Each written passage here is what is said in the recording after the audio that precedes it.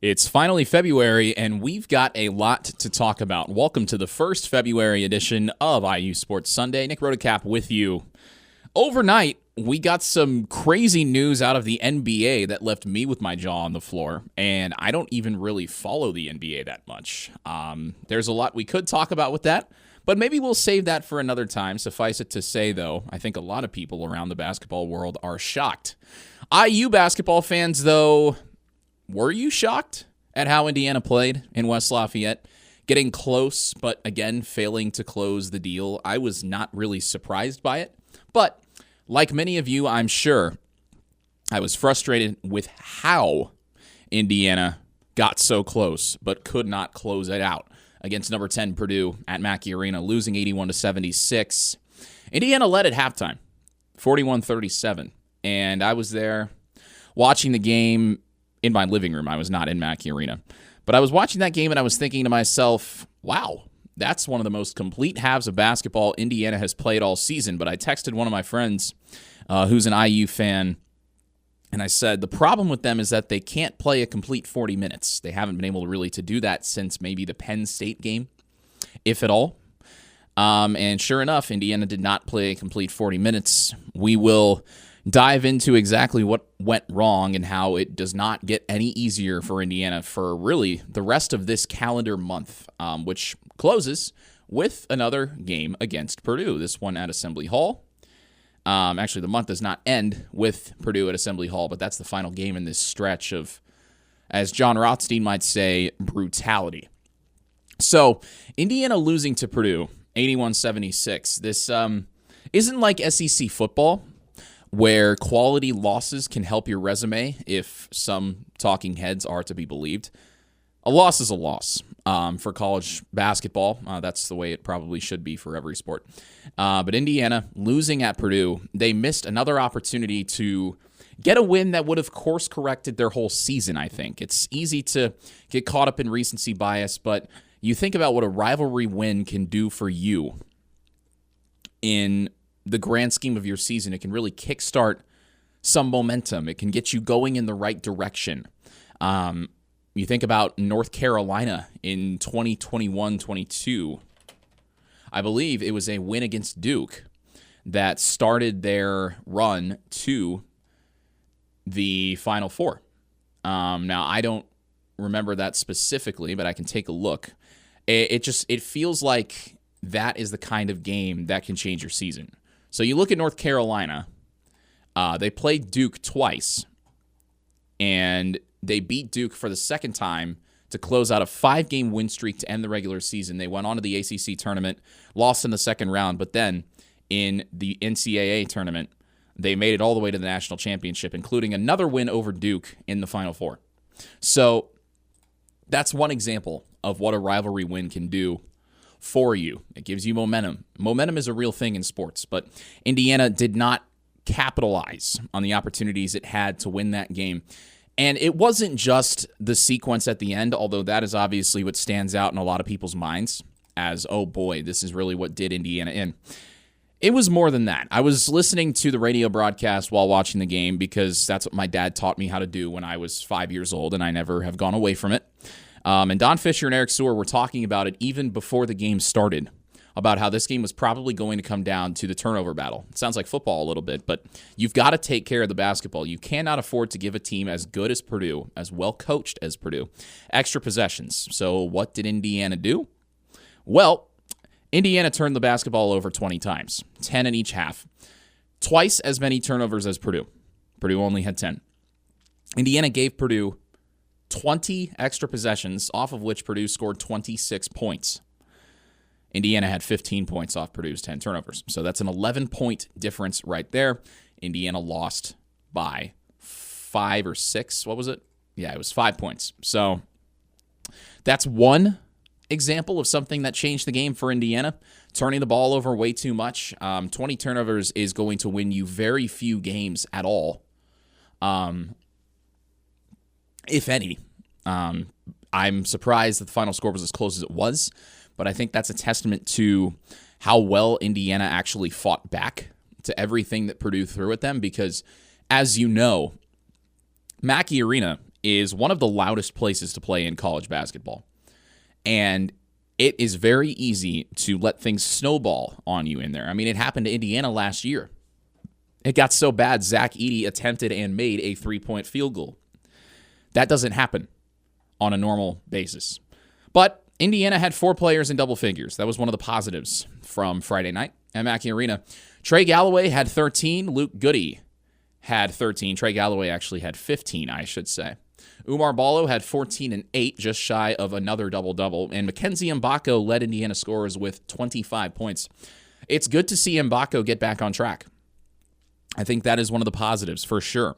He went through that slump of 4 or 5 game stretch maybe where he scored 7 points or fewer. There was a stretch where he was averaging 7 points per game on like 14% three-point shooting. He was in the dumps. But Mackenzie Mbako had another very good game 2 nights ago against the Purdue Boilermakers. Oumar Ballo, I should say. Ballo was getting harassed a lot. It seems like every time he got a touch, he was getting pestered. Eric Sewer was saying basically Ballo was getting fouled on every other possession. And that game was not well officiated, but the poor officiating, I feel like, went both ways. There were a lot of shoddy calls that benefited both teams. At one point or another during the game, I don't think the officiating was the reason Indiana lost. Because at the end of the day, if you're letting the flow of the game get dictated by the referees, then you're not doing enough to separate yourself and prove that you deserve to win. That's the way I've always felt about those kinds of things. It should never come down to the refs making a decision.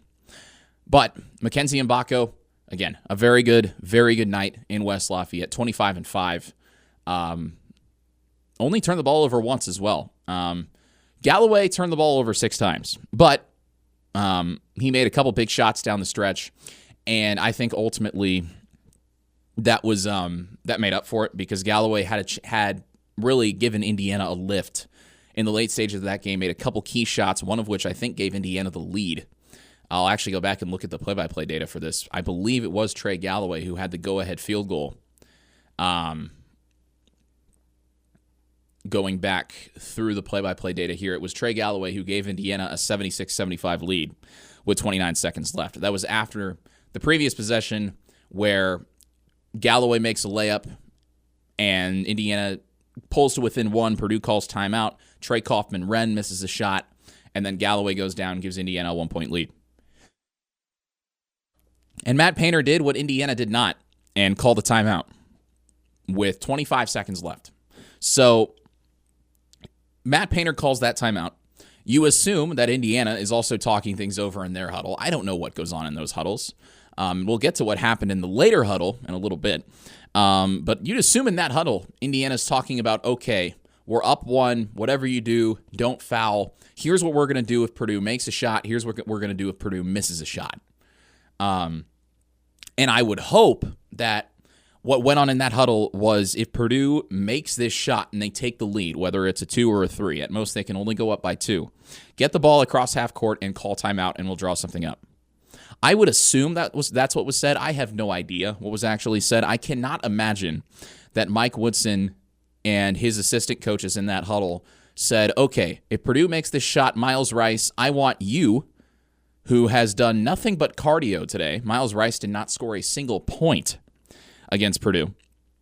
Miles Rice, I want you to bring the ball up the floor, chuck up a desperation contested fadeaway, and have it blocked. With plenty of time on the clock, by the way. He did not have to rush a shot. I cannot imagine that is what was said in that huddle. But that's what ended up happening, and it frustrated a lot of people because it kind of felt like Groundhog Day. It was the second game in a row that Indiana completely botched a late-game situation, and right at the forefront was Miles Rice, who, for the second game in a row, ended with a teammate yelling in his face, which is a very odd and concerning trend for the guy that you gave a lot of money. I don't know exactly how much, but it's somewhere in the mid to high 6 figures from what I've seen. You gave him a lot of money to be your primary point guard, and Trey Galloway played better than you. Interesting stuff. Plenty more to talk about here on IU Sports Sunday, including what went wrong at the end of the Purdue game. We'll dive into that in more depth after this. Back here on IU Sports Sunday, the 1st of February. Nick Rotacap with you. We're talking about what happened At the end of the Indiana-Purdue game on Friday night at Mackey Arena, the Hoosiers losers again to Purdue, 81-76. They now have not beaten Purdue since I was a freshman at IU, and I'm a year away from graduating, so that's fun. I'm getting old, and Indiana fans are sick and tired and probably aging faster because of the way Indiana keeps losing these games, I'm sure. The end of the Purdue game, we were talking about the last 30 seconds before the break. Trey Galloway made a couple key buckets. Purdue called timeout. Both teams talked things over. Miles Rice then proceeded to run down the floor, have a shot blocked. He may have been fouled, but either way, after Rice's shot was blocked, Oumar Ballo had to foul out, and said some not so nice things to Miles Rice in the huddle. So my question is, assuming that Indiana talked about what they were going to do in the huddle, why I was frustrated on Friday night because Indiana didn't call timeout. I think they had 2 timeouts to use. I want to go back and see. I believe that Indiana had 2 timeouts. So they used one at the 15:23 mark in the second half. They used... Oh, no, that was a media timeout that would have been. I believe Indiana had 2 timeouts to use. I'd have to go back and look. But they at least had one. I was frustrated that they didn't use one after Purdue took the lead. Because you had all the time in the world, and this isn't the NBA. So, like, Trey Kaufman-Renn makes it 77-76 with 11 seconds left. In a normal situation, I feel like you would bring it up to half court and call timeout. So that would take maybe 3 seconds. You'd call a timeout with 8 seconds left, right? You'd have the ball on the side near midcourt. You'd have plenty of time to run a set, get the ball into the hands of whoever you feel most confident in. But Indiana didn't do that. And I can't help but wonder if part of why is because of the way the end of the game against Maryland went. That was only a week ago, but it feels like the longest week ever. The way things ended against Maryland, you called timeout after Maryland made the 3, and then inbounded the ball, had it swatted out of bounds, and got stuck in a corner, effectively surrounded by 4 defenders because, the baseline, the sideline, those are defenders. And Maryland doubled because Rice and Reneau were stuck in the corner with Galloway inbounding from one of the worst spots on the court. So I can understand if somebody said, okay, if we get into another late game situation, we're not going to call timeout. I get that. Maybe. I still think calling timeout would have been the play, especially on the road in such a loud environment. But either way, what ended up happening was Miles who, again, in 20 minutes did not score a point. I, on Twitter, called him first team all cardio. And, if you want to read that and more of my IU basketball musings, follow me on Twitter at Nick Rodecap, NickRodecap.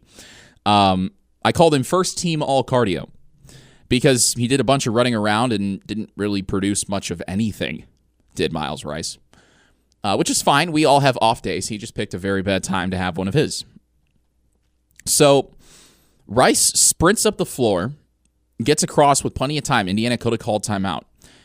Mike Woodson's on one side of the floor where the benches are. Rice is on the right side of the floor opposite Woodson. Woodson is trying to scream some sort of instructions at Miles Rice, but Rice doesn't hear him, whatever it is. I can't imagine that he was able to hear Woodson because of how loud Mackey Arena gets. Rice then sprints inside the three-point arc, doesn't even look to pass, puts up a shot in the face of Jakari Harris, one of Purdue's talented freshmen, gets it blocked. And Oumar Ballo is forced to then foul Fletcher Loyer. So Indiana, at that moment, had Mackenzie Mbako on the floor, had Luke Goody on the floor, had Trey Galloway on the floor.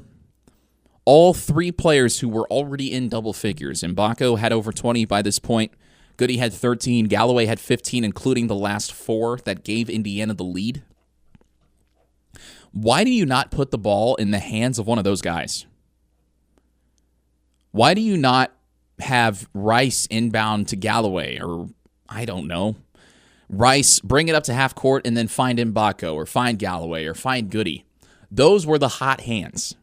I don't care about what Rice should be doing on a game-to-game basis. The fact is he was not good on Friday. And it should have been, and again, I didn't play much competitive basketball in my day, but just looking at the eye test, like giving the eye test to the players on the floor for Indiana, Galloway was playing well down the stretch. Mackenzie Mbako got off to a fast start, kind of tapered off in the second half, but he was still productive. Luke Goody was making shots. He was productive, even though he was back on the bench. Coming off the bench, I should say. He was still very productive, was Luke Goody. So why did you not give the ball to one of them? Instead, you give it to Miles Rice, who tries to play hero ball and fails miserably. It was a tough shot, but it was a shot he didn't have to take because there were still 4 seconds left. And what ends up happening then is Ballo has to give his 5th foul. And Oumar Ballo had 18 points and 8 rebounds. Very frustrated in the huddle, emotional, demonstrative, which I don't have a problem with. And I don't think a lot of people should have had a problem with the way Oumar Ballo was acting in that huddle. It was actually one of my classmates, Joe Cronin, who posted that video on Twitter after the game. And you can just kind of tell that Ballo's frustrated. He's frustrated because he cares, I think. Because if you look at Oumar Ballo's career, right, he started at Gonzaga and then went to Arizona after that. I don't think he's ever missed the NCAA tournament in his career because Arizona made it last year. They made it the year before that. 2021-22, they made it to the Sweet 16. Year before that was COVID. They made it then too. And he redshirted at Gonzaga his freshman year. But they made the tournament because they always make the tournament. So Oumar Ballo has never failed to go dancing in college. Yet now, Indiana is very much on the outside of the bubble looking in. They are 14-8. They are below 500 in Big Ten play, 5-6. They've lost 3 in a row. And you look at the big picture again, I think Ballo sees what's coming down the pipe, and he's realizing that now Indiana really is backed into a corner. I'm not going to say backs against the wall. That's a cliche. But Indiana is backed into a corner. You go to Madison on February 4th. That's this Tuesday. I mean, that's 2 days away, right? It's a quick turnaround. You haven't won in Madison since 1998. And then you come home and you face Michigan. Right on the fringes of the top 25 is Michigan. They had a very close win yesterday. I believe it wasn't over Penn State, although they did just squeak out a win over Penn State not too long ago. Michigan barely beat Rutgers, and Rutgers is not very good. But Michigan is a talented team. Oh, and then you got to go to East Lansing on another late Tuesday night. Michigan State just got upset by USC. Although so many teams go out to the West Coast and lose, I don't know if we can call those upsets. It's kind of just the norm. Then you got UCLA and Purdue at home. Ballo sees those tough games coming down the pipe. He's a veteran. He knows that, in these situations, you've got to close out that game against Purdue. That's the kind of game that again, can change your season. But instead, Ballo had to foul out because Miles Rice made a stupid decision. And Mike Woodson, Indiana goes down 3 because Fletcher Lawyer is a good free throw shooter and makes both. By the way, Indiana missed 7 free throws. So again, that's another thing you could point to as a problem that came back to bite Indiana. Hoosiers missed out on some points at the stripe. Indiana then uses a timeout with 3.3 seconds left. And again, it wasn't like a 1.2 seconds on the clock, you've got to catch it and put it up type situation. You could have thrown a pass to half court, I think. Now, this is all hindsight being hindsight, right? I mean, it's easy to say this now. But I think in that situation, you didn't need a full court pass. You didn't. You didn't. I think Indiana, if Anthony Leal didn't foul out, which he did, Leal fouled out. But if he didn't, have him heave a half-court shot up. He's actually pretty good at that. Obviously, he was done. He had given his 5th foul already, so you couldn't do anything about that. Who's your second-best half-court shooter? I would have tried to get the ball in their hands, right? But instead, Trey Galloway throws a full-court heave. It's intercepted by Trey Kaufman-Renn, and Renn then ices the game at the free throw line after Malik Renew fouls out. So it's just frustrating because it seems like this is 2 games in a row now where Indiana just has sort of hit the panic button late. It's like they get into these situations, which should be a focal point at practice. Like, okay, final 2 minutes, right? It's a close game. What can we reliably execute to make sure that we don't hurt ourselves? Final minute, final 30 seconds, whatever it is. I feel like these are situations that teams should practice more and be more prepared for, but Indiana just has not looked prepared, especially compared to their competition in either situation. And again, you can say that the foul on Miles, or the block by Jakari Harris was a foul, and that Miles Rice should have been at the free throw line. Miles Rice should not have had the ball in his hands. Okay? 20 minutes in the game. No points. 0 of 4 from the floor. 2 rebounds, an assist, and 2 turnovers. That's your starting point guard, who sat for most of the second half because he was playing so poorly. Why is the ball in his hands with the game on the line? It just doesn't make any sense to me. You're listening to IU Sports Sunday. Back here on IU Sports Sunday, Nick Rodecap with you. Talking about Indiana basketball mired in the mediocrity that is the middle of the Big Ten. It's a difficult reality to come to terms with, given the lofty expectations heaped upon this team as per usual. It feels like I don't know if this has any legs. It might not. It might be a very stupid comparison, but it feels like Indiana basketball has become the Chicago Bears of the NCAA. Off-season champs, just to perennially underachieve when things actually matter. I don't know how much this actually means anything, but it seems like we've gotten to a point now, especially this year, with all the talent that Indiana brought in, that IU fans, the media even bought into this. They took the rat poison. The idea that, Indiana's going to, contend for the Big Ten title, they should be an Elite Eight caliber team. I mean, think about the Chicago Bears. When they drafted Caleb Williams, the thought process was, he's going to be the savior of this franchise. Those fans failed to realize that at the top, you have completely inept people running the show in Chicago. The McCaskies, Matt Eberflus, who obviously was fired because he forgot that you can use 3 timeouts in a football game in a half. That was so funny. As a neutral observer, the way he botched the management of that game against Detroit on Thanksgiving Day, that was so funny. I felt bad for Caleb Williams. Speaking of, Indiana is now behind Caleb Williams' alma mater, USC, in the Big Ten standings. The Hoosiers are alone for now at 5-6. Although that's going to change because Ohio State plays today, Illinois plays today, Oregon plays today. But Indiana is just completely stuck in the middle of the Big Ten now. At the top, still Michigan State by win percentage, but they have played 1 fewer game than Purdue has. 1 less game, I guess I should say. Michigan State finally lost. I mean, good Lord, they'd won, 12 or 13 in a row? Went out to USC and lost by 3 or 4. It was close, but they lost. So the Big Ten standings now look like this. Michigan State, Purdue, Michigan. Maryland, Wisconsin, UCLA, Illinois, Oregon, Ohio State. By the way, Ohio State, they are still alive in the NCAA tournament conversation. That win over Purdue seems to have pointed them in the right direction. They've now won 3 in a row. And again, that's what a win over a team like Purdue can do for your season. We were talking about it a little earlier, but Indiana had a shot. They had plenty of shots. They missed 7 free throw shots. They turned the ball over 20 times.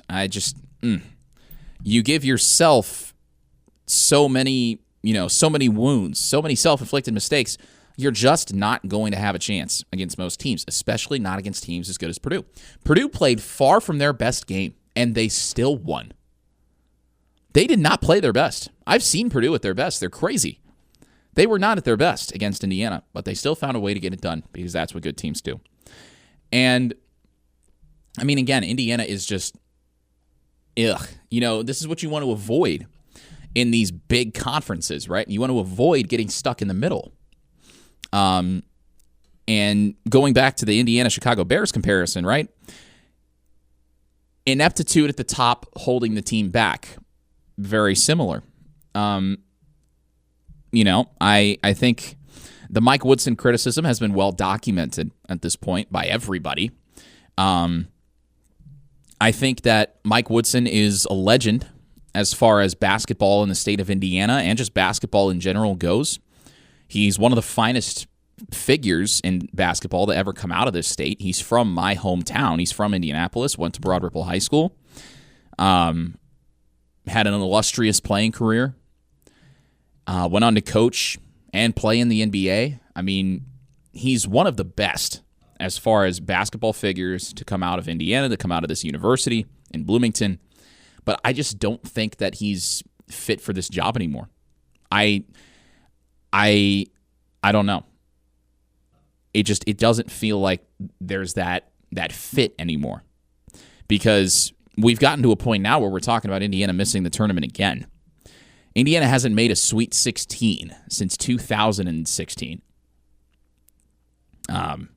They've made 2 in my entire life. I was born in 2003, and I think they've only made 2. I'll check that. But I believe the only 2 Sweet 16 appearances they have were 2016 and 2013. I'm gonna check that, right? But let's go since 2003. This is the big picture that I want to make sure that I get right. So they've made 3. They've made 3. I stand corrected. So 2003 they lost in the second round. 06, 07 they lost in the second round. 08 they got first rounded. That was the year that Kelvin Sampson got fired. And then 2012, that was the year they beat Kentucky on the watch shot, and then Kentucky got their revenge, and Kentucky went on to win the national championship. So I stand corrected. They've made 3. The year after the Kentucky loss was that awful game against Syracuse, which I still remember watching. I don't remember much from when I was 10 years old, but I remember that. 2015, they lost to Wichita State. 2016, they lost to eventual runner-up North Carolina. And then the most recent 2 appearances, 22, they got screwed in the travel scheduling, had to go from Dayton to Portland, Oregon, where they got blown out by St. Mary's. And then 2023, of course, they lost to Miami, who went to the Final Four, and Miami is now one of the worst teams in the ACC. So how fast the night changes over there. But Indiana just has not been a basketball powerhouse in a very long time. Back-to-back Sweet 16 appearances in the 2012 and 13 seasons. That was 12, 13 years ago at this point. And that's the last time Indiana's made it that far, aside from 2016. So it's 10 years ago. Hoosier hysteria a couple years back. Mike Woodson said Indiana basketball is the stuff. I mean, he used more colorful language than that. He said, this is it. This is Indiana basketball. It's the place to be. I'm paraphrasing. It hasn't been. And I think we got to come to terms with that. And I think what it's going to take to change this, again, I admit it, like, I'm young. I'm only 21. I have no recollection, really, of Indiana basketball being this nationally relevant, national championship contending powerhouse program year over year. I have no recollection of that. There's a whole generation of IU students, IU fans, IU student media, like myself, who don't remember that because they really have never experienced it. And I feel like it might, this is just me speculating. I have very little evidence to back this up. But I feel like this might just start at the very top, right? Like, you could change the head coach, maybe. But if you fire the head coach, like if you fire Mike Woodson, who are you going to replace him with? You're not going to promote from within, I would assume. Who are you going to go out and try to get? Are you going to try to get Bruce Pearl from Alabama, or from Auburn, I should say, from Auburn, Alabama? Are you going to go try to get Nate Oates from Alabama? Are you going to try to get Chris Beard from Texas? Who are you going to try to get, right? Like TJ Otzelberger from Iowa State? Chris Beard's at Ole Miss, excuse me.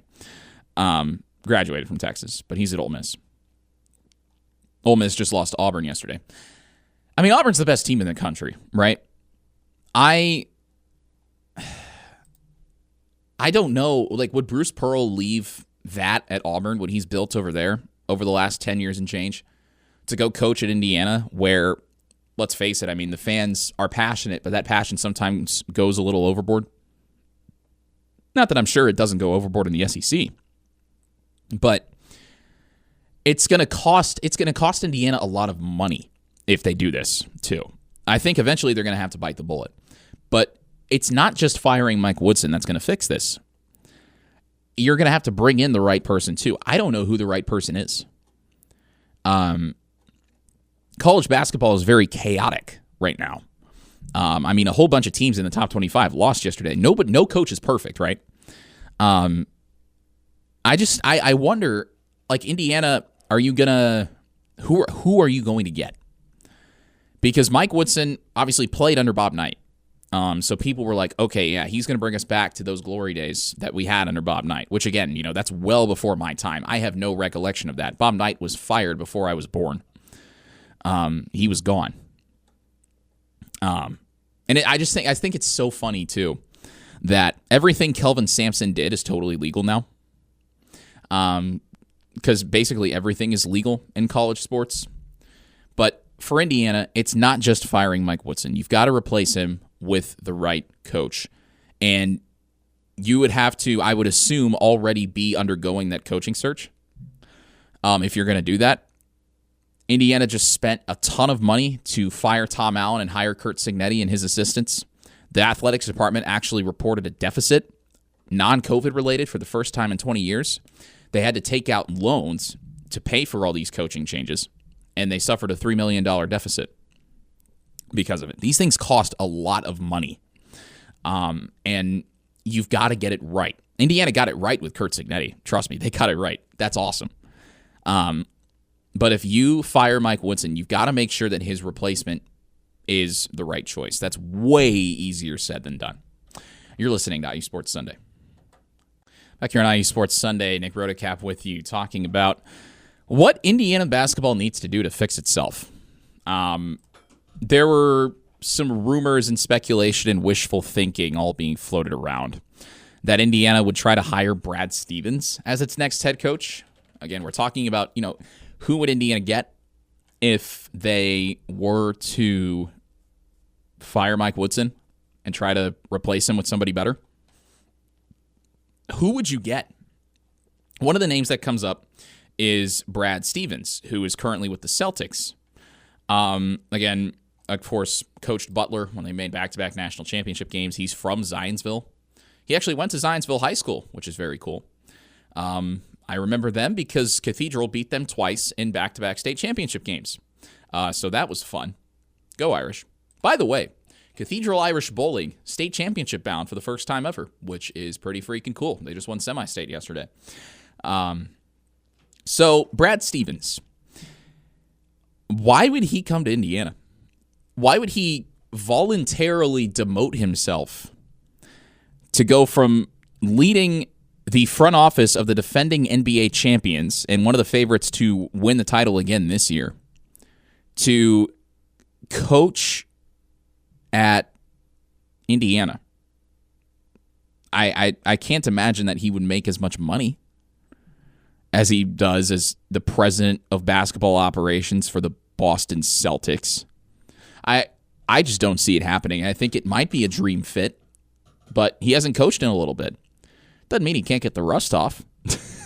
But I don't see that happening. I really don't see that happening. That just seems like a pipe dream to me. So maybe Indiana tries to hire Brad Stevens. You might have to make him say no. Sure, give it a shot. I don't think it's going to happen. Could have had Dusty May last year. But Mike Woodson got the kind of out last year that I thought Mike McCarthy was going to get in Dallas. Mike Woodson last year got the out of, you had injuries and the roster didn't look the way you thought it would and players were thrust into roles they shouldn't have been in. For example, Gabe Cupps being a point guard last year. Trey Galloway being a point guard last year. Didn't work, but when Xavier Johnson got hurt and then kept getting hurt, it was like, well, you don't really have any other options. So he got an out.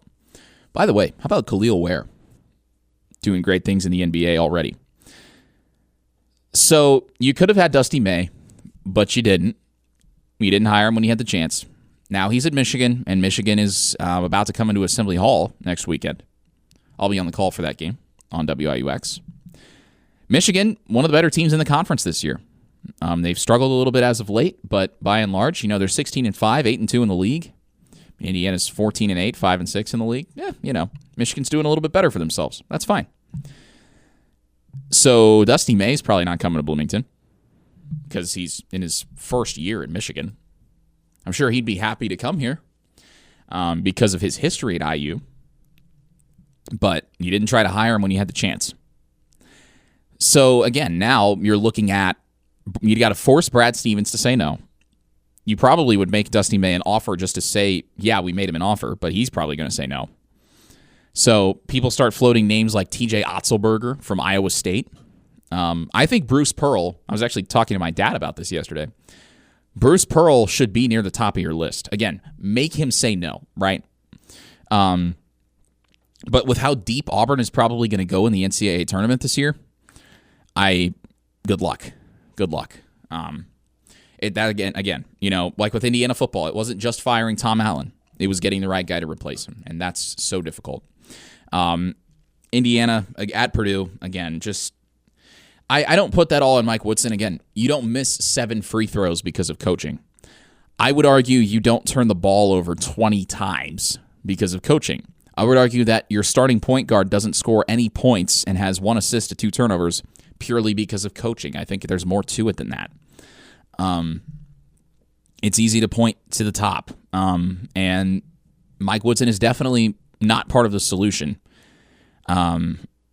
On Friday, he may have been part of the problem, but I just think, again, Miles Rice has, not been particularly sound of mind late in games for the last couple of times. I think you've got to have a conversation with him and say, hey, you've got to be smarter with the basketball. I feel like as a starting point guard, this guy was Pac-12 Freshman of the Year last year. He should be smarter. He should be headier. His problem is that he gets too sped up sometimes. He tries to do too much too fast, and it comes back to hurt him. And on Friday night, I should say, it came back to hurt him at the worst possible time. So still more questions than answers for Indiana basketball. You are listening to IU Sports Sunday. Welcome back to IU Sports Sunday. I'm Nick Rotacap with you. First Sunday in February. And it's fitting that today is Groundhog Day because it probably feels like every day is Groundhog Day for IU basketball fans at this point. The same day repeating itself over and over and over and over and over it again. Indiana, another heartbreaking loss and another tough game coming up. It does not get easier for probably about the next 3.5 weeks for IU.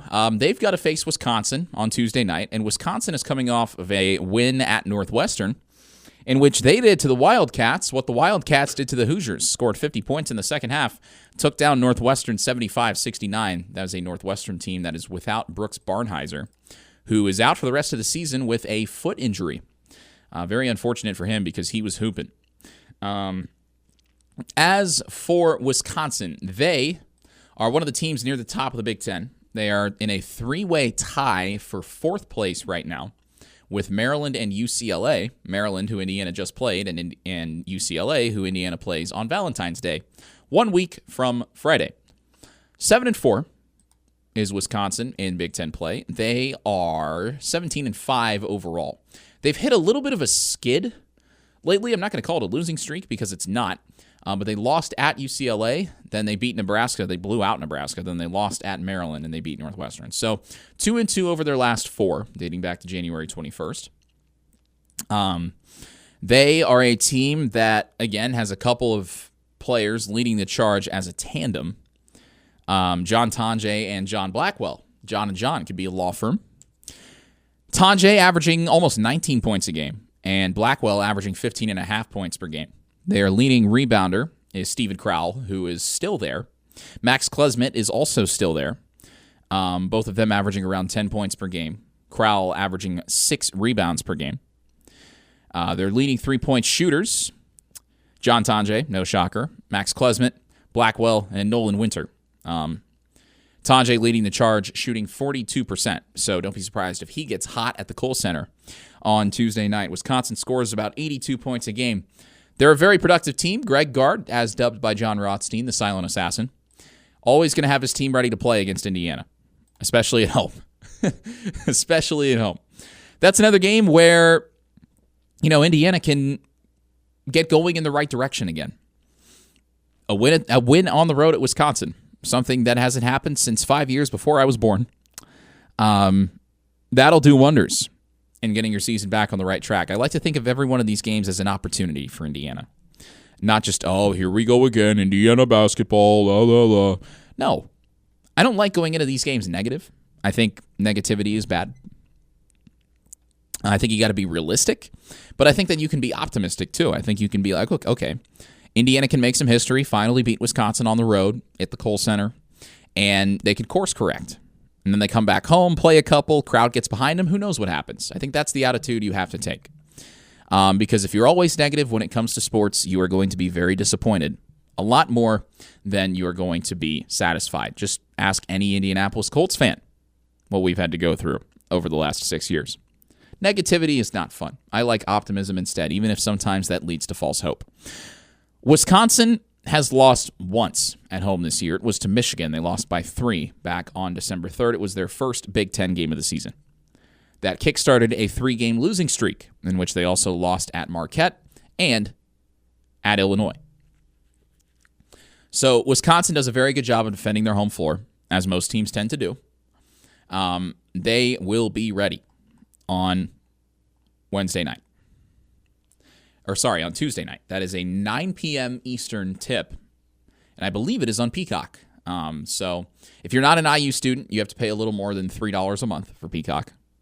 Very worth it, though, in my opinion. You get the English Premier League. You get IMSA. Great racing, by the way.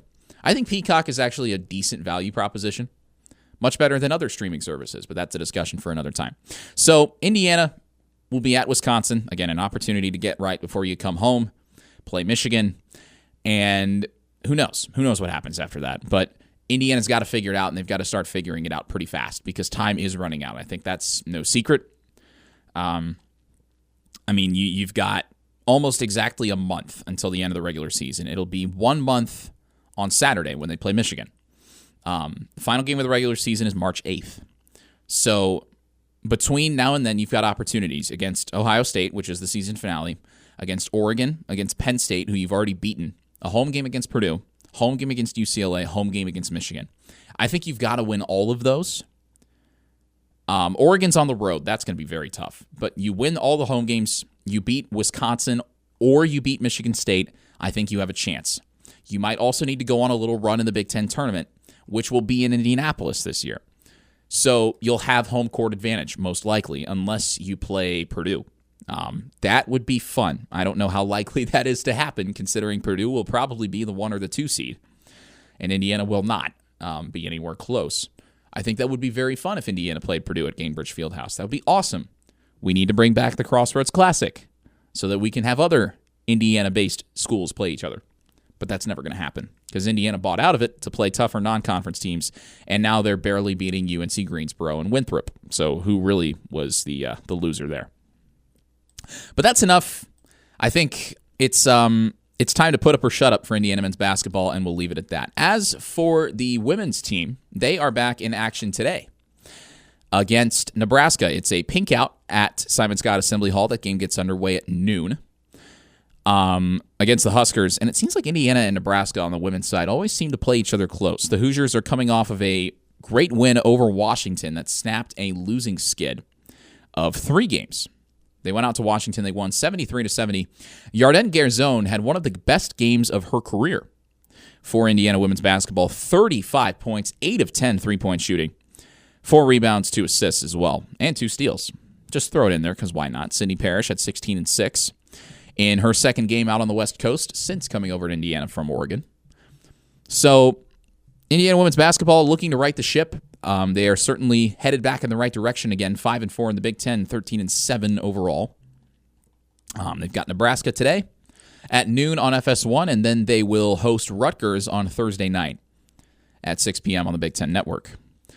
So opportunities there for Indiana women's basketball as their season comes down the stretch as well. Big Ten tournament will begin on March 5th in Indianapolis after they visit Purdue on March 2nd to close the season. And Purdue's women's team is in the doldrums right now. They have had an awful year. It's gotten so bad that Purdue played Illinois on the women's side not too long ago. And Purdue's football team, when they played Illinois, scored like 47 points. Purdue's women's basketball team was outscored by the football team against Illinois. That's how bad Purdue women's basketball is. A lot of Purdue fans want head coach Katie Gerald's fired because they have just been so dreadful this year. They've lost 9 in a row. Winless in Big Ten play, 0-10, which is strange because, I mean, obviously, roster turnover year over year is so much now. But last year, they weren't great. 15-19, 5-13 in the Big Ten. They haven't had a winning record since 2022-23 when they went 19-11. But this year, Purdue women's basketball is just awful. Just awful. And I'm not trying to, pile on, but they've lost their last 2 games, 74-38 and 79-37. So yeah, the football team outscored the women's basketball team against Illinois in Champaign. That is generally not something you want to hang your hat on. But Indiana women's basketball, a little bit better than that, and they've got about a month until the end of their regular season. Still plenty of opportunities to catch them at Assembly Hall, including this afternoon at noon against Nebraska. You're listening to IU Sports Sunday. Back here on IU Sports Sunday, Nick Rodecap with you. We're talking not just IU basketball, which we have talked a lot about, or IU women's basketball, which we just talked about a little bit ago, but also in February, a certain pair of Diamond Sports begin their seasons, and that means it's really my time to shine. Indiana softball and baseball get underway very soon. In fact, softball gets underway this week. So, yeah. That means the weather's going to start warming up sooner rather than later, even though Punxsutawney Phil allegedly saw his shadow. Some are calling him a system groundhog. I say that Punxsutawney Phil is washed up and that he needs to consider changing his career. Because nobody wants 6 more weeks of winter. Snow is finally not on the ground anymore, which is great. Indiana softball is coming off of a season where I believe they made the NCAA tournament for the second consecutive year, and I would be correct. That's right, it was them in Tennessee 2 years ago. They went to Columbia last year, went 0-2. But they won 40 games under head coach Shonda Stanton, and the expanded Big Ten is no joke in softball. UCLA, one of the more prolific programs in the country, now joining the conference. It seems like the conference just got better in pretty much every sport with the addition of the Pac-12 schools. So IU softball is not at home for a while. If you were looking to go to Andy Moore Field, pretty good place to watch a game. There's not a bad seat there, actually. They are not at home for a long time. Wow, until March 7th. So they go a month on the road before coming home, which is not uncommon for the Diamond Sports to do because the ground is usually still frozen in Bloomington in February, which is not shocking. But they are in Miami starting this Thursday against Florida International. So that's 2 Indiana teams who have begun their seasons against Florida International. And the last team to do it had a historically successful year and ended up in the college football playoff. So it might be a good omen for Shonda Stanton's team. They bring back some key players, does Indiana softball. A lot of them seniors. Outfielder Taylor Minnick, who is from Bloomington, got a lot of playing time the last few years. Sarah Stone, infielder, plays some first base. Brianna Copeland, who does a little bit of everything. She hits bombs. She strikes a lot of people out. She plays third base. One of the more electric players I've ever watched at IU. So some seniors and some upperclassmen leading the charge for IU softball this year. They will be poised, I'm sure, to have a shot at the NCAA tournament once again. I don't know about winning the Big Ten. The Big Ten is very tough, and IU softball Not quite at that level, I would say, but still very much in the conversation to be near the top of the conference at season's end. IU baseball also beginning their season very soon. Same day that IU basketball plays UCLA. It's February 14th, Valentine's Day, when IU baseball gets things underway and surprise Arizona. They will be at home a little sooner. Their home opener is February 19th against Purdue Fort Wayne, who beat Indiana last year. Very strange game, that one. But IU baseball is loaded again this year. I probably intentionally or unintentionally know more about them than any other team just because I've covered them for the last couple of years. This will be my third year covering the team. My co-host Ben Haller will be with them for the first, 5 or 6 weeks of the season, filling in for Austin Render as the voice of Indiana baseball. They are in a position, once again, to really go as far as their pitching staff can take them. That has kind of been the story for Indiana baseball over, really since I started covering them, but especially last year. They had a ton of pitching injuries, which really, really did them in, especially once they got to the postseason. I think that was really kind of what hurt them. They just didn't have enough quality arms to string together multiple consecutive wins, which is really what you need to do in the postseason in baseball. You get in the loser's bracket, you got to win, you got to beat a team twice if you're to get to the championship. That takes a lot of pitching depth, and Indiana just didn't have it. Last year, they lost 2 of their projected starters before the season even began. And so they were left with 2 real starting pitchers and some question marks at that third spot. They tried Braden Reisdorf. Reisdorf ended up being more of a reliever, kind of a back-end guy, and he had an interesting season. He kind of regressed. Really, the whole pitching staff regressed last year. Some people were questioning the ability of Indiana pitching coach Dustin Glant, but Coach Glant should have a much healthier staff this year than he did last year. We got to talk to some of the players. We've gotten to talk to Jeff Mercer, the head coach, in his 7th year. Very good head coach. And it seems that they are near 100%, if not 100%, from the pitching side, which is very, very good to see. Ben Grable, who transferred from Northwestern, was projected to be a starter last year, got hurt right before the season started, so he never got to pitch. Mercer said a couple weeks ago, I think it was last Friday, that Grable is about a year recovered from that injury at this point, and he's shaping up to either be a shutdown option at the back of the bullpen or a starter at some point later on in the season. Grable, a grad transfer, 3-pitch mix, fastball, slider, changeup. Fastball can get up into the mid to high 90s. And if he can command that fastball, it's just like anybody else. You start with the heater, you get the off-speed stuff working after that. So it'll be interesting to see what role he takes on this year. There's a lot of guys who joined Indiana baseball prior to this season, and there's a lot that we just don't know yet because Indiana, it kind of happens every year where they have some guys who you think are going to play certain roles, and it ends up not shaping up that way. So we'll have to see how Mercer decides to set the lineup for Indiana baseball as the season goes on. Historically, what he does is, he'll start with, obviously, the guys who he thinks are the best, and then somebody doesn't produce, maybe a new player gets a shot in a midweek game, and if they produce, they get to take that role. That is what Jason Oliver did last year for IU baseball. Oliver was a freshman at the time, and Indiana kind of had a bunch of unknowns at the second baseman spot. It started with, I want to say, Brandon Burkell, a transfer from Houston. He came over as one of the more experienced transfers that Indiana added last year and just was not good. Just didn't have it. So they went and they tried Hayden Carlson, a freshman, who, like every other college second baseman, played shortstop in high school. Carlson wasn't the answer either. So against Middle Tennessee, Jason Oliver gets the start, hits a home run, makes a couple nice plays, and ends up being named to the Big Ten All-Freshman team. and he's now projected as a first-team All-Big Ten middle infielder for this year.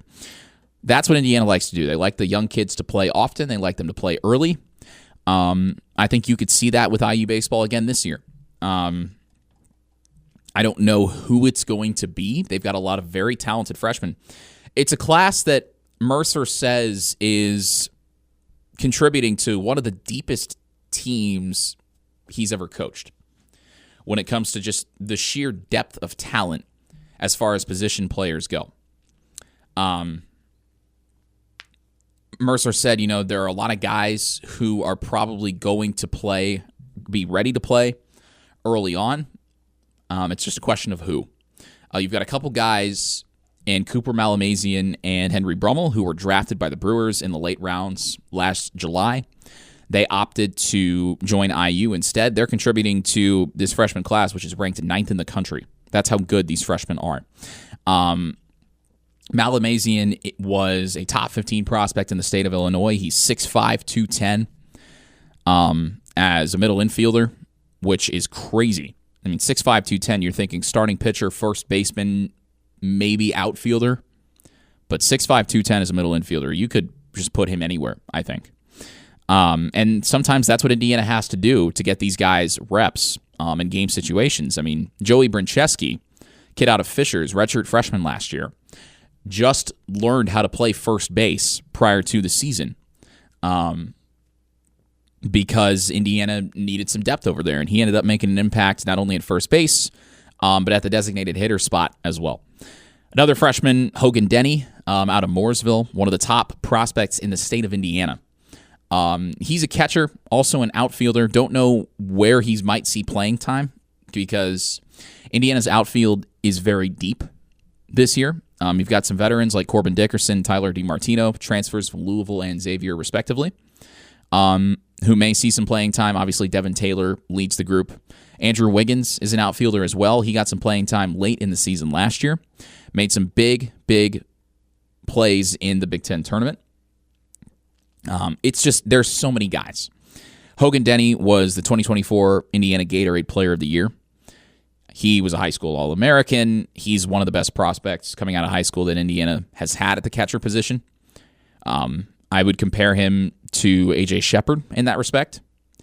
Shepard, unfortunately, just could not stay healthy. That was really what hurt him in his Indiana baseball career, which is right now done, unfortunately. But Hogan Denny, might be tough for him to get some time behind the plate because you've got Jake Stadler, the fifth-year senior transfer from Purdue, coming back his second year here in Bloomington, was very dependable at catcher. I mean, with the injury to Brock Tibbetts, Stadler kind of slotted into an everyday role, which I don't think anybody was expecting, but he handled it well. Also had some timely hits at the plate. TJ Schuyler is a sophomore. He comes back as the backup catcher. So I don't know how likely it is Hogan Denny gets time behind the plate. I think he will get his shot because I feel like most of the young guys do.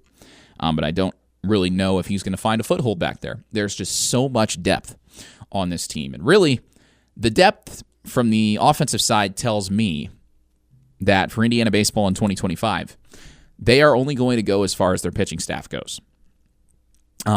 It's not a unique situation that Indiana's in. Pitching depth is the key for most, if not every team in college baseball.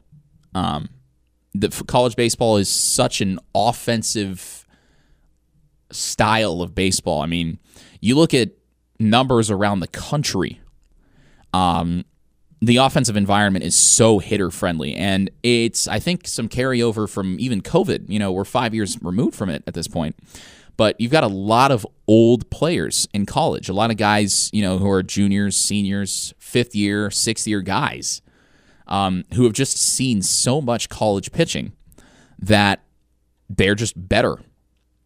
They're just better at the plate. But Indiana's pitching staff had a 6+ team ERA last year. They were 9th in the Big Ten, pretty much middle of the pack. They allowed more home runs than any team in the league, 97, which was in about 60 games. Now, those numbers were slightly inflated when Indiana went to Tennessee and the Vols just took back batting practice off of them.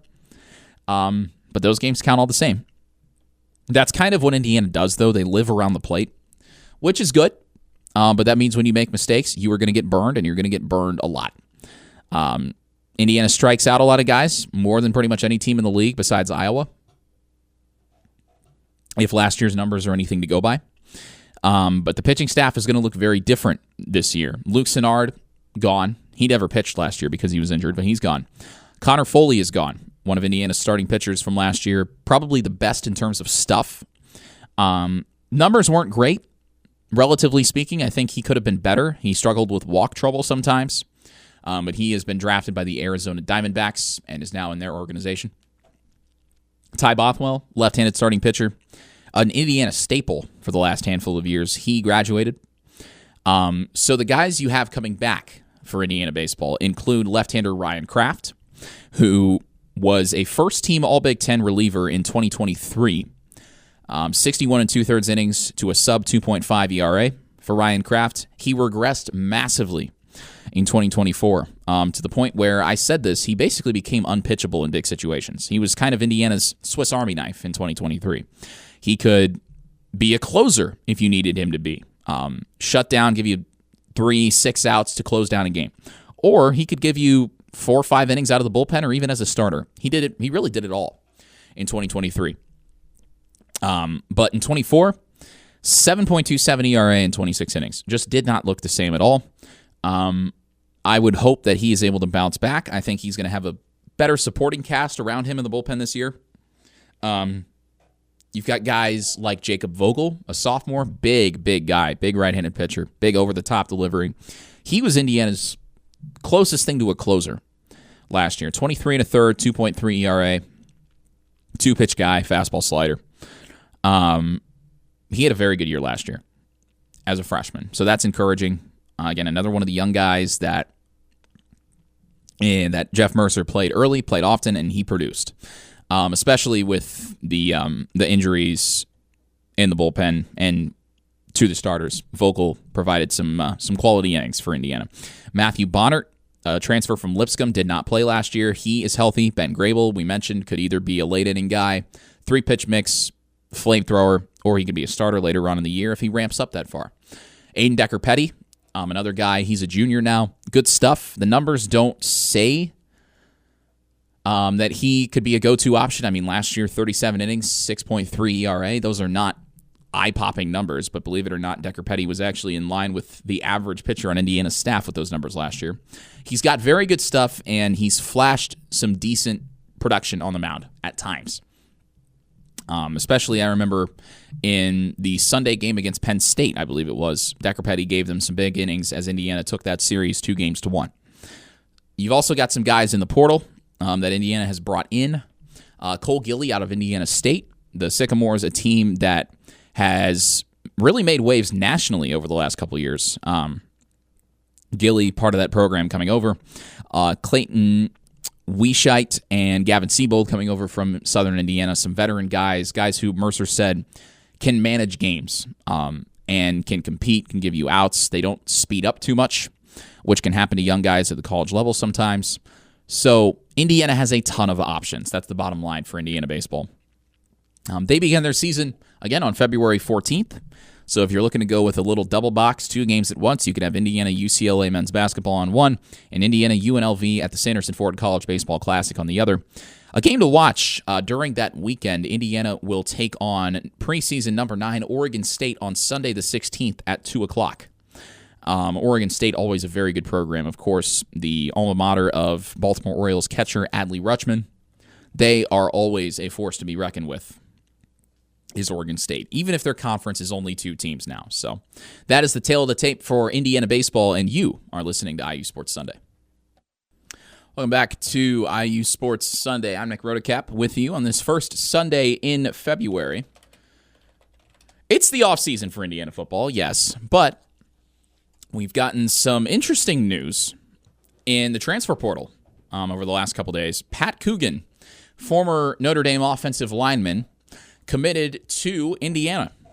So he will leave South Bend and head a few hours down south and join Curt Cignetti and the Hoosiers here in Bloomington for the 2025 season. Coogan started 26 games on Notre Dame's offensive line over the last 2 years. which for my math is nearly every game. Coogan has been at Notre Dame for 4 years, so I'd imagine he's a one and done for Indiana. Kurt saying that he likes veteran guys, so that's not really surprising. Indiana was also in the running for Rocco Spindler, who's another Notre Dame O lineman, but I don't think that one is going to happen. I believe the word on him is that he is at Virginia. He's going to commit to Virginia, I believe. He had just visited Virginia, and I think that is going to be his destination. That's a rumor right now, but I don't know that he's going to end up at Indiana. Pat Coogan, though, is, and that is good because IU is in a position, again, to have a really good offensive line, as they did last year. Now, that was before they had some injuries that kind of changed the course. One, I believe the injury to Drew Evans really hurt them. I'm trying to find... Jared Kelly put together a nice list of Indiana's offensive line. And, yeah, you take a look at it for 2025. It looks like this. You've got Carter Smith coming back, Bray Lynch coming back, Pat Coogan, the Notre Dame transfer, at center, Khalil Benson, a former Indiana Hoosier who's coming back after playing at Colorado, and then Zen Michalski out of Ohio State. So all of those guys... multi-year starters, three of them, multi-year starters at the Power 4 level, all five of them having seen significant playing time on an offensive line at the Power 4 level. That is a very, very good sign for Indiana football heading into 2025. Because you think about the programs that these guys are coming from. Pat Coogan coming from Notre Dame, obviously fresh off a national championship appearance. Zen Michalski out of Ohio State. They just won the national championship. And Bray Lynch and Carter Smith, experienced at Indiana. They know the system. So I am very encouraged about that for Indiana football heading into 2025. And, man, that really cannot get here fast enough. Just, I was going through some of my old football footage because I was putting together some stuff for a class I'm taking, and just looking at the atmosphere, the sound of the crowd, just gets you juiced up. I mean, every time I hear Thunderstruck, and I can't be the only one, every time I hear Thunderstruck by AC/DC, I think, oh, Indiana football's about to start. And then I'm looking around for the towels, and I realize, oh, it's the middle of February, and there's no college football for 6 months. Man, it cannot get here fast enough, I'm telling you. Very excited. Indiana begins their season against Old Dominion on August 30th, I believe is the day. But the spring game just announced it will not be on a Thursday night this year. It will be on a Saturday afternoon, April 19th at noon, which, if my math is correct, is about 2 hours before the Little 500. I believe it is that same weekend. I'm going to have to check that. That is the week before Little 5. It is not the week of Little 5. It's the week before. So Little 5 is April 25th and 26th. The spring game is the 19th. So 1 week before Little 5. That would have been cool if they did it on the same day. Logistically, I don't know how good that would be, though. I don't know if that would work. But yeah, plenty to get excited about for Indiana football. I know the spring game is basically a glorified practice. But that didn't stop Nebraska's head coach, Matt Rhule, who loves to talk, from saying that Nebraska is probably going to cancel its spring game this year, and says that tampering is the reason. This is a quote from Nebraska head coach Matt Rhule. Says, it's really because last year we were one of the more televised spring games. I dealt with a lot of people offering our players a lot of opportunities after that. Rhule continues, the word tampering doesn't exist anymore. It's just absolute free, open, common market. I don't necessarily want to open up to the outside world. That is Matt Rhule. And to Matt Rhule, I would say, I don't think anybody is going to tamper with you or try to poach your players after seeing what Indiana did to you last year. I mean, you guys, went 7-6 and won the Pinstripe Bowl? I'm sure people are lining up going, oh, yeah, we want those guys. We want Dylan Raiola. Nobody's saying that. By the way, the whole Dylan Raiola obsession with Patrick Mahomes has gotten weird. It's straight up weird. I wonder if Mahomes is going to file a restraining order because it's getting really, really strange. But I don't think anybody's going to tamper with Nebraska. Nebraska has been the embodiment of mediocrity for a long time now. And sure, their fans love football, and that's great. There's not much else to do in Lincoln. I've been there. It's a very gray, boring, sad place. Nice venues, nice athletic facilities, sad place. I'm never driving there again. Nobody's tampering with mediocre Nebraska football. Indiana hung 56 on you and embarrassed you. Just go and watch that game. And actually, you know what? That's what you should do. You should show anybody who wants to offer your players tape from that game. Be like, no, you don't want any of these guys. I think Curt Cignetti did them a favor by beating them 56-7. Nobody's going to tamper with you after that. I think that's bogus. Spring games are basically just glorified practices anyway. I mean, it's just, I don't know. Like, I think Matt Rule was just looking for something to complain about. I think he should have also thrown out the old Wild West line, because that's what college sports is now, and that's the phrase everybody likes to use. College sports has a lot of problems. And we'll talk more about those problems after this. You're listening to IU Sports Sunday. Back here on IU Sports Sunday, Nick Rotacap with you. I said college sports has problems, and I think that we're going to reach a breaking point sooner rather than later, particularly with revenue sharing. Starting next fall, college athletic departments across the country will share somewhere in the neighborhood of $20.5 million with their student athletes. And I mean, we've already seen this impact IU athletics. They cut 25 positions within the department. Now, it's important to note that 12 of those were not filled currently. That means 13 of them were, though. That means, presumably, 13 people lost their jobs because of rev share. And that just doesn't sit right with me. I mean, I hate the term Wild West, but it really just feels like it's a total free-for-all in the world of college athletics right now. And I feel like this is, I don't know, like the NCAA just doesn't seem to have a grip on any of this. And college sports, if it hasn't already, especially football, is just turning into pro sports. And I really, really hope that for the non-revenue generating sports, this doesn't spell the end. Because at some schools, what you've heard is that they're going to basically be turned into glorified club sports, which would be a very bad thing, I think. College athletics is a massive moneymaker, but I think outside of football and men's basketball and women's basketball now, with the growth that has seen at the college and professional levels over the last few years, I think that it should be more than just a moneymaker. I know that obviously everything's a business, and it's a tricky balance, but I think that college sports allows for the development of student athletes beyond just competition. Because let's face it, what is it, 98% of student athletes go pro in something other than their sport? Most of these student athletes will not play beyond the college level. That's just a fact. And I think that turning it into strictly a pipeline to the pros is very dangerous. I mean, professional baseball, I think, is an interesting model. Obviously, baseball is very unique in the way the farm system works. But if you're good enough to not play in college, then you can go straight to the pros. And you can make a lot of money.